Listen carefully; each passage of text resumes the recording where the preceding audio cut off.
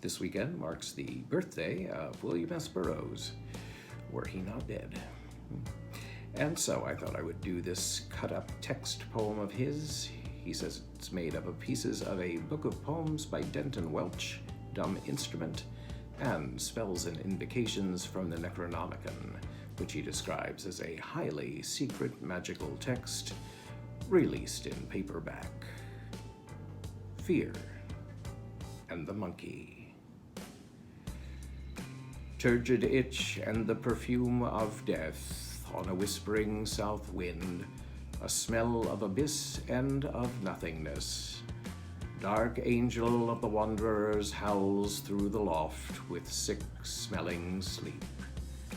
Morning dream of a lost monkey, born and muffled under old whimsies with rose petals in closed jars.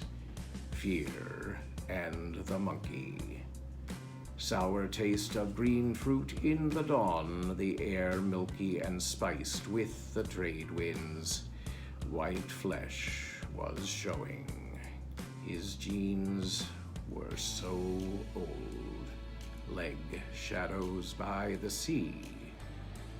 Morning light on the skylight of a little shop, on the odor of cheap wine in the sailor's quarter, on the fountain sobbing in the police courtyards, on the statue of moldy stone, on the little boy whistling to stray dogs.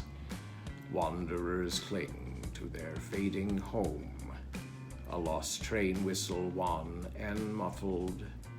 In the loft, night, taste of water, morning light on milky flesh, turgid itch, ghost hand, sad as the death of monkeys.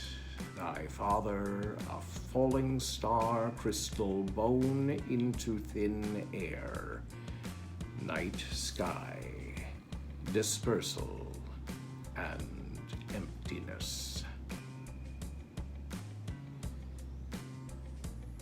Fear and the Monkey by William S. Burroughs.